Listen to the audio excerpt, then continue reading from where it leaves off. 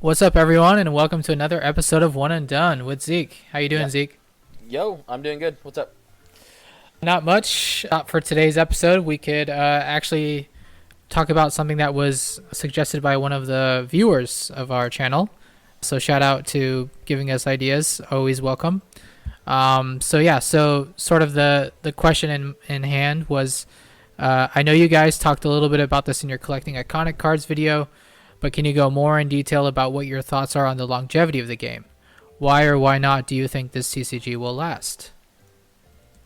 So yeah, you want to take it away, or should I give it a shot first? I mean, I think it's something that we can kind of go back and forth on. Because I think it's funny because you and I have talked about this multiple times as the game has progressed. I think you and I started talking about this right slightly after we hit the 1 year anniversary when TOP came out. We kind of talked about like it, what they're doing then, and then we revisited this conversation after Nats 2019, and then now we're revisiting the conversation again. And I feel like the conversation is, you and I are really confident in the conversation, and we've kind of continued how we feel. It's just been reassured over and over again. I definitely say that I feel more confident now than ever than the beginning. I mean, I think longevity wise, the game is progressing well. I think the player base is growing.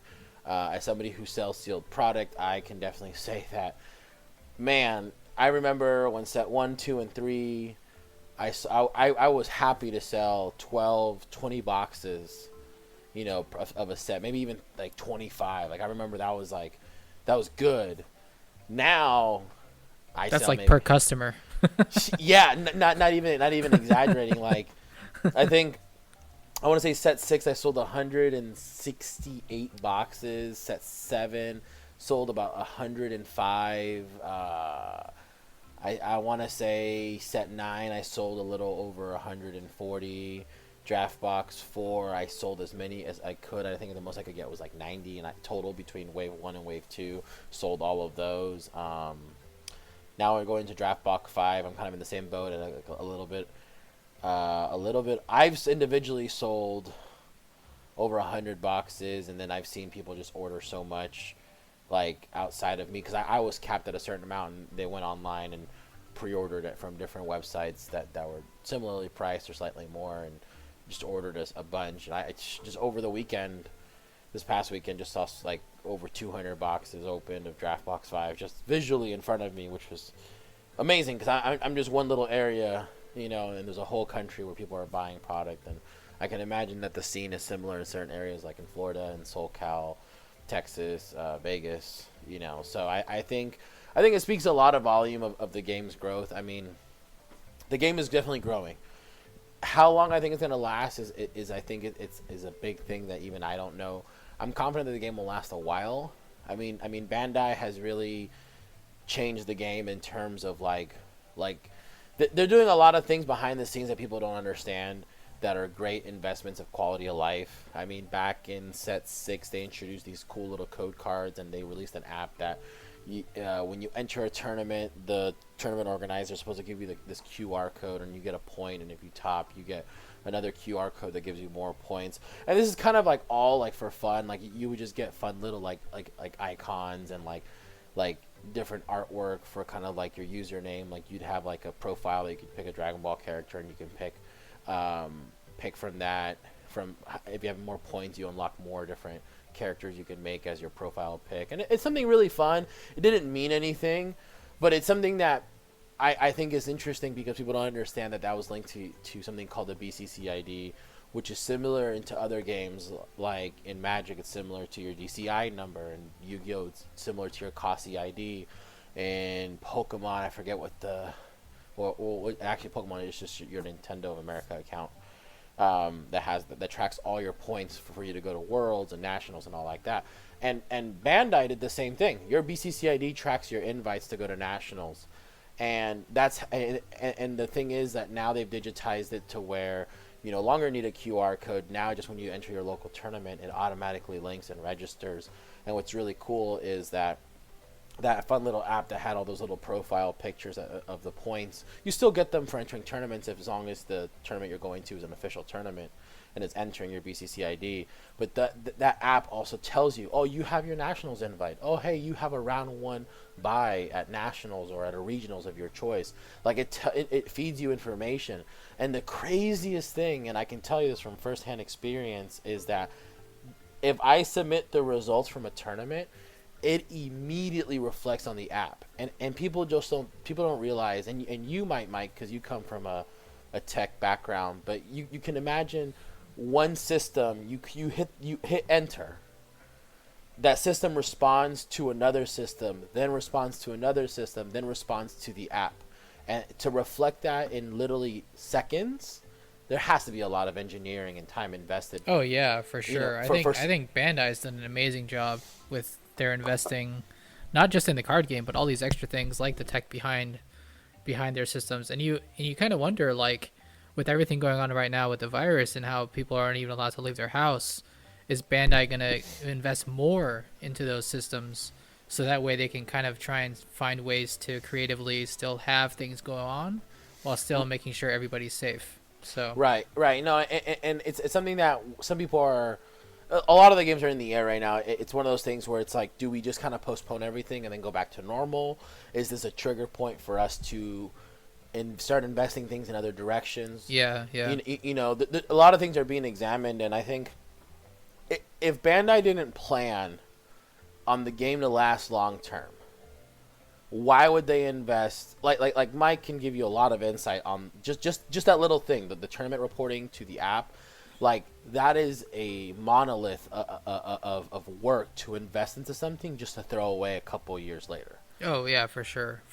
I mean, it's not even just the system side of it, but like the app side of it too. Like building mobile apps, building a website, like all of these different services that you're building on different platforms, plus the systems on the server side to actually process and handle this data. Like, it's a ton of work. I totally agree. I think it kind of, like, you know, action speaks louder than words. It kind of shows you all of the actions that Bandai's doing to make you realize they're not doing this for just a couple of years. So 100%, I think Bandai's definitely invested a lot, not even just on the tech side, but on the event side with a lot of the prizing and different tournaments they have going on. Like, there's just a lot that they're doing in general, and I think it's definitely a step in the right direction that kind of should make you feel like Bandai's serious about this game and they're not going to try and, you know, have it disappear in a few years. Yeah. So I mean, I totally agree. I think there's just been a lot of positive signs from the game. Obviously, this virus has slowed things down a little bit. I'd say that's probably true across all card games, but generally, like, Bandai's definitely been on the right track. Oh yeah, no, it's definitely a big. Everything Bandai's doing is definitely to improve and to invest quality of life into the game. Totally. I guess the question then becomes, you know, why do we think this TCG will last, right? And I think Bandai's definitely demonstrated that they want this game to last. So it's all about the community continuing to support the game. And so far, I'd say, like, at least from a player's perspective, it's continued to do extremely well year over year. And, you know, with their announcement of Worlds happening, I think that's just another sign of Bandai, you know, having this game grow much more than it was in the past. So I guess the question is, you know, will this last player-wise and, you know, competitively, and from a collectible standpoint? Do you think this will last? So I think we both kind of answered the question about the player's perspective and how that's continued to grow and do well. What do you think about the collecting side of it? Do you think that'll also continue to last and grow and do well? I think TOP is a really important set for collecting. I think TOP hit the nail on everything that a collectible set would be, because everything in TOP aside from Awakened Power is not that playable. But the signatures and the Awakened Power are definitely collectible. They're designed to be collectible. They're limited. They're hard to get. If you're into grading, they're difficult to grade. Do you remember Foreseeing Hit? That was a really collectible card when it first came out. I don't think it is now, though. But well, I wouldn't say collectible. I would say competitive. Yeah, that card was like, what, $20-$30 for an SR? Yeah, no, it was extremely valuable because it was really good as a competitive card. But then yeah. But then they reprinted it as an alternate art. The alternate art looked good. and then it lost its competitive drive. And from a collector's perspective, it's just a super rare versus the signatures. I'll tell you this: I definitely would have traded. Even though Beerus is my favorite character, I would have traded Beerus for seeing Hit to be one of the signatures in TOP. But Hit did end up getting a signature in Assault of Saiyans, which is cool. But I would have rather seen for seeing Hit as a signature. I mean, TOP. it's completely not related to the theme, but Well, I would have liked to see. No, I mean for my idea, I would have liked to see Broly instead of Beerus for this, just because Broly's so epic, and the style that they did would have been cool. He should have been an Assault of Saiyans because all of them but Hit are Saiyans. Yeah, I mean you could argue that set too, but just because the way the signatures were done in TOP, because I really like the art style that they used in that particular set more than the Assault of Saiyans one. So just imagining Broly, man, that'd be awesome. But yeah, I think you're right. I think TOP was super important for this set to attract a collector base that really wasn't there before. I mean, I remember when I first got into Dragon Ball, like a lot of people were just buying to play, not really buying to hold or buying to collect or buying to grade. And I think with TOP coming out and all of the attention that it got and all of the collectors it attracted, I think that completely made Dragon Ball a much more collectible game than when it first came out. And you could see, because there was just so many people interested in hunting those cards that really weren't playable. So you knew it was mostly collectors.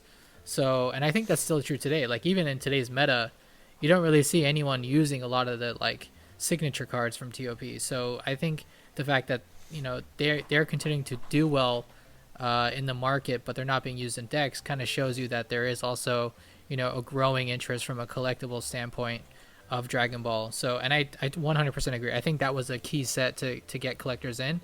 I mean, it was obviously the set that excited me when I first got into it.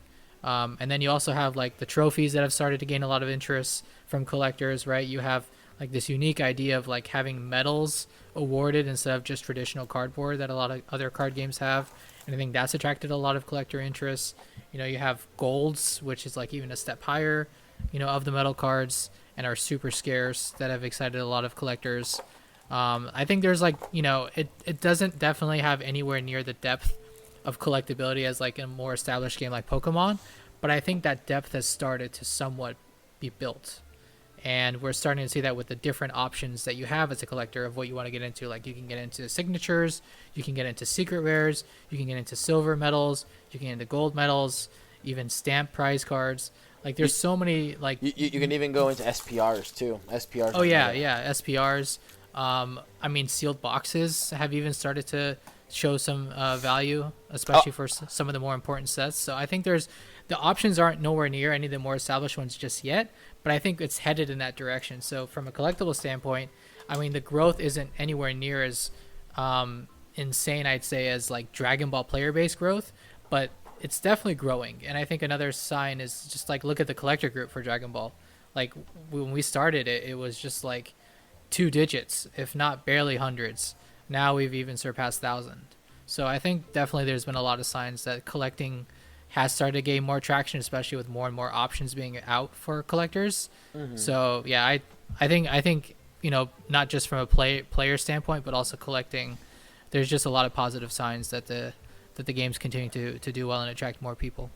I would say if you're looking to get in and invest now, this would be a very cherry time to invest in, because there's a good amount of knowledge out there now. I would say the collector's page is really nice. The Dragon Ball collector's page is super helpful. We have a lot of great community members there that if people have questions, they will super be friendly and engage and kind of educate you on what's what. There was a recent discussion like on the what Dragon Ball collectors consider a master set versus a play set, things like that. And that was a cool little like thread that it started, and everybody was chiming in. So I think Dragon Ball right now is at its best infancy in terms of like if you want to invest in something fresh and new with minimal risk, I would say right now is a really good time to invest, because while yes, you may have missed out on things being super cheap, like Awakened Power being $70-$80. While yes, now it's like $300-$400, we've seen Pokemon and Magic cards go way higher than that, The fact that in a year and a half's worth of time, a card has appreciated about roughly a 400 to 500% value, and it's pretty well established, and none of us see the card going down. On top of that, the community is very well educated to where, like, again, safe investment, minimal risk. It's a good time to kind of come in right now. I would say For sure, I agree. And as a player, it's a great time as well too, because it continues to grow and do well, and continuing to see a lot of new things come out from Bandai. So yeah. Oh yeah. I think it's great for both types of people interested in Dragon Ball. So it'll get better as things go on. I think everything's pretty solid right now. I think the game will last. Yes. The principle of the question was, will the game last? 100%. I think it'll last. I think Bandai is making huge strides to change the conversation from the big three to the big four, and they're doing a really strong job. Partnering with Channel Fireball to host events speaks volumes of what Bandai is trying to do, and I think it's just the beginning of a big change in the game. So, yeah. Agreed. All right, well, that pretty much sums it up. Thanks all for listening in. Thank you again for the question. If you guys have any more questions or want to share your thoughts, feel free to post below, and we'll talk to you next time. Have a good one, guys.